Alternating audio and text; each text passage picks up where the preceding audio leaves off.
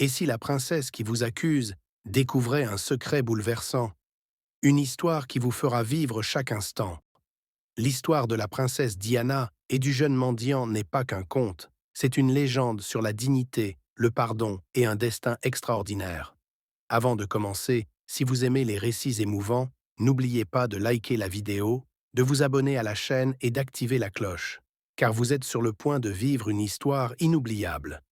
Par une matinée ensoleillée, la princesse Diana se promenait dans le marché accompagnée de ses serviteurs. Elle aimait observer de près la vie des gens simples, loin du faste et du luxe du palais. Alors qu'elle déambulait au milieu de la foule, son attention fut attirée par un jeune mendiant assis à l'angle d'une ruelle étroite. Ses vêtements étaient en lambeaux et ses yeux reflétaient une profonde tristesse. Elle s'approcha pour lui donner quelques pièces, mais les gardes qui l'accompagnaient se précipitèrent pour l'éloigner, considérant sa présence comme une offense à la princesse. Elle leva la main et leur ordonna de le laisser, puis tendit la main et lui donna une pièce d'or. Le jeune homme ne dit qu'un mot, merci. Mais ce mot était chargé de honte et de gratitude. De retour au palais, cette nuit-là, alors qu'elle inspectait ses affaires, la princesse réalisa que sa précieuse bague en or avait disparu. Elle fouilla sa chambre de fond en comble, en vain. Soudain, elle se souvint du mendiant au marché et fut envahie par un grand doute.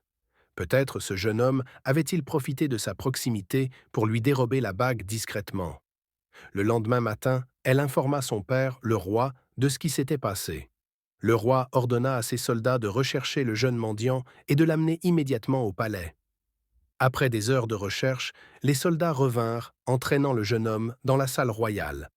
Il se tenait devant le roi et la princesse, ses yeux exprimant une injustice qu'il ne pouvait dire.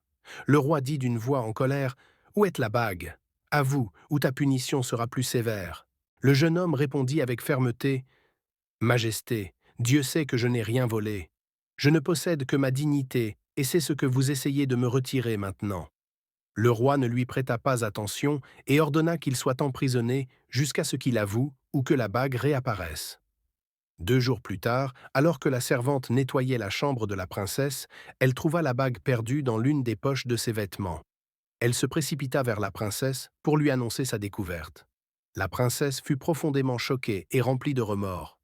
Elle informa son père, le roi, qui ordonna la libération immédiate du jeune homme et lui présenta des excuses.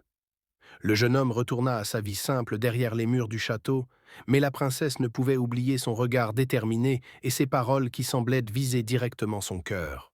Quelques jours plus tard, alors qu'elle se promenait dans le marché, elle le revit. Elle s'approcha de lui avec prudence et lui dit « Je vous prie de me pardonner pour ce qui s'est passé. Je ne vous croyais pas voleur. » Il la regarda dans les yeux avec un sourire et dit « Ce n'est rien, madame.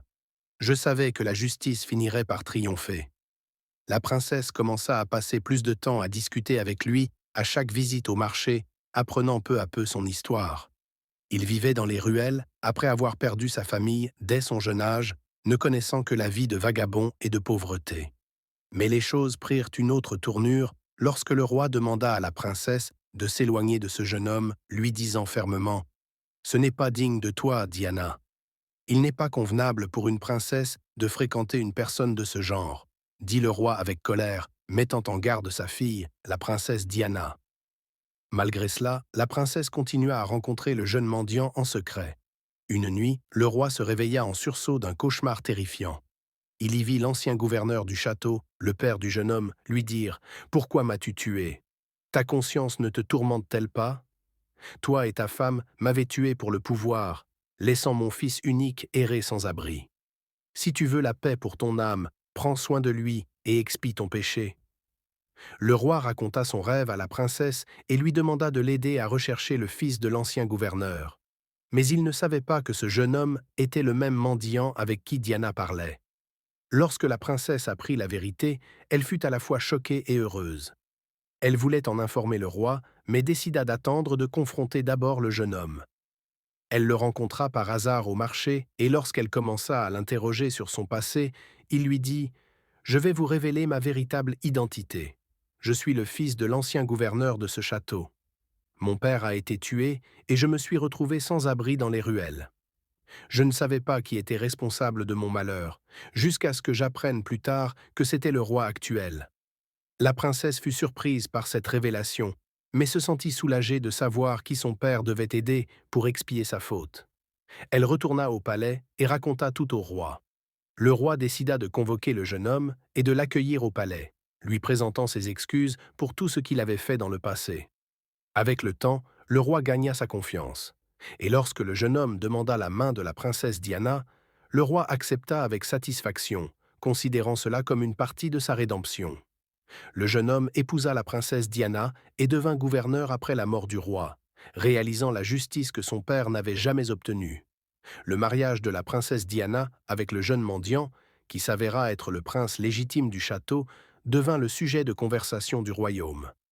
La tristesse se transforma en joie et l'hostilité en amour. La princesse le soutenait de toutes ses forces, l'aidant à s'adapter à son nouveau rôle de gouverneur, tandis qu'il s'efforçait de retrouver ce qu'il avait perdu pendant ses années d'errance.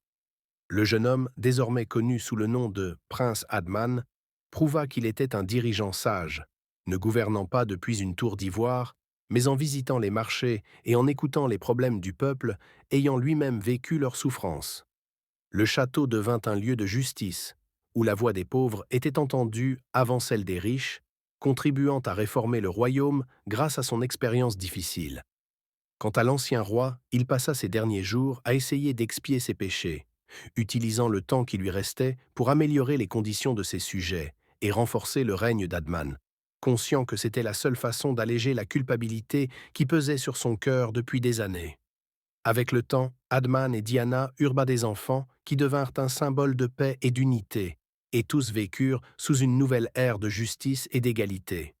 Ainsi, l'histoire se transforma d'une tragédie en une légende, racontée aux générations futures sur l'amour et le pardon, et sur la manière dont la justice peut reconstruire ce qui a été détruit, même après un certain temps. N'oublie pas de t'abonner à la chaîne et d'activer la cloche.